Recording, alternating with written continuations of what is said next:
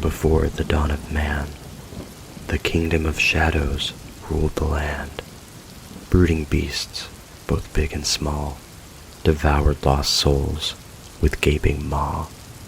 Legend says they lurk among us this very hour. Just take a look within the Austerian Grimoire. Ah, there you are. We have been expecting you. It's been some time since we last had guests. The last group, well, they had other places to be. I assume you are here for the free gift mentioned in the ad. My colleague Asteria will be out momentarily to present it.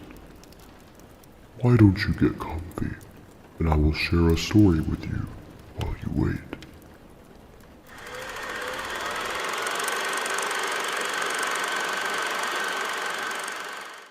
I can't exactly recall the month, maybe the beginning of 2022. I remember it being a weekend. The chilly night was pitch black, so my sibling and I brought flashlights with us so that we could make out the path through the trees. We continued into the deeper part of the woods, making sure to stay on the trail so we wouldn't wander off. My sibling and I like to tease each other about the supernatural, both of us being fascinated by the legends and folktales. I mentioned that we may see a skinwalker, and they teased about spotting a wendigo. There are dangers out there, however, many wild creatures that can turn violent, especially if spooked at night. The wild dogs being one of them, dogs who are known to attack people who wander into the woods alone at night. Pack mentality can turn the most pleasant of souls into aggressive hunters, especially if said pack is hungry. We had our hunting equipment with us, just in case something were to happen. The woods hadn't been silent along our path, but they had been fairly quiet. Subtle shifts and small feet skittering about. We had written these sounds off as raccoons or armadillos, which there are plenty of around us. But what we heard now, this was not a small creature. After trekking through the woods for some time, we thought we heard said wild dogs howling in the distance. We kept a steady pace, but didn't run. We knew better than that. It's best not to give a pack of wild animals a reason to give chase. We soon arrived at the creek, where we would often hang out on some summers with friends and family. We sat at the creek and waited, listening for any wild dogs or coyotes. After we felt that the way was clear, we started back down the trail. And for whatever reason, I began to make random animal noises, hoping to spook my sibling again. But in doing so, I accidentally drew in a strange animal. We heard it, but we couldn't make out what it was. Now this next part I can't really explain, but my sibling and I both began making noises, trying to draw in the animal. We shined our flashlights in the direction of the noises, and continued to call to it. I suppose curiosity got the better of us, but this wasn't the greatest idea, even if we did have weapons. It just felt different. As the creature got closer, we quickly realized it wasn't a normal woodland animal. It wasn't a raccoon, or an armadillo, or even a wild dog or coyote. It was much larger, and had antlers that protruded through the leaves and brush. It suddenly dashed at us at full speed, breaking the spell over my sibling and I. We ran back down the trail and toward the house as fast as our legs could carry us. I could see my sibling's face in the pale moonlight as we reached the edge of the forest. Their expression was of pure panic and terror. They were a ways ahead of me and cleared the tree line before I did. I was almost there though. I could feel safety returning and the feeling of danger fleeting. That was when the strange curiosity took a hold of me once more. I paused for a moment and turned off my flashlight. I had just enough moonlight now to see the trees before I hid. I hid behind the closest one and glanced back. For a moment, I just stood there, staring into the quiet trees, attempting to catch my breath. A moment of silence followed, but then I heard footsteps, large footsteps, right behind me. My body froze. I stopped breathing. I wanted to run, but my body refused. I felt that strong curiosity pour over me once again. I wanted to look, but I couldn't move. I held still, trying to see whatever it was out of the corner of my eye. I saw whatever it was approaching. but it suddenly stopped and darted away, past me and back down the path we had come from. Given the dim light of the moon, I was able to make out some of its features, but it didn't quite make sense to me.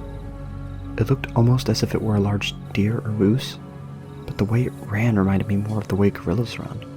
The front of its body leaned upward with its back hunched as it walked on its hind legs, using its front legs or arms for support.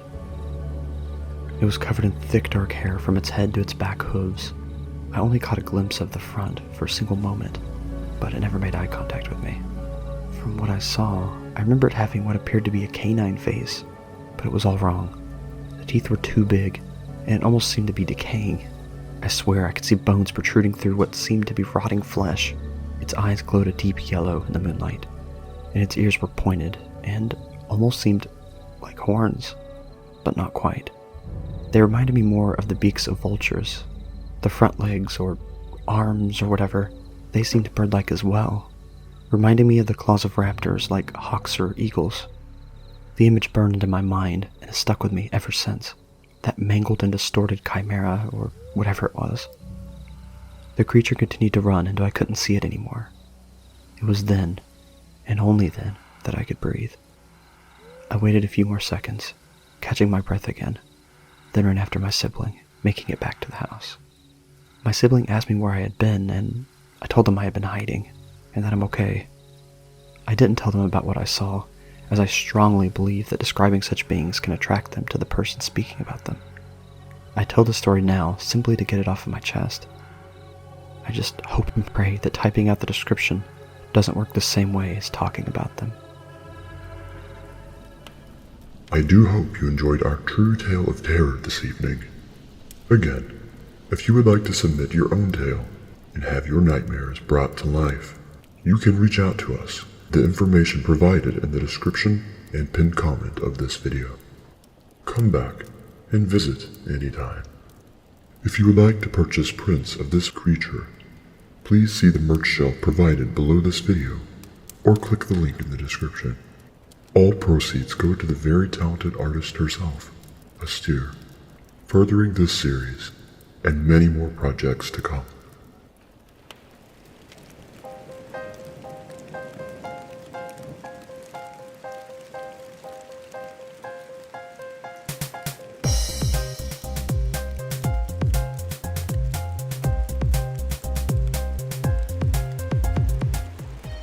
If you like this monster, don't forget to buy our limited edition prints and merch. And make sure to check out ARG Digest for the inside scoop on your favorite web series and many hidden gems you might not know about yet. The first 5 issues are available now. Issue number 6 comes out at the end of November. Also, make sure to check out Austere's Buy Me a Coffee page to further support. You can do this directly at buymeacoffee.com/Austere. Now I'd like to take this opportunity to thank my patrons and channel members. Thanks to you, I'm able to do what I love.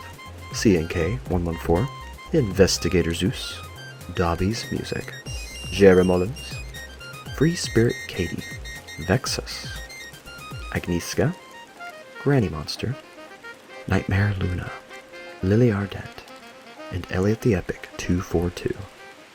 Really, thank you all so much. It means the world to me.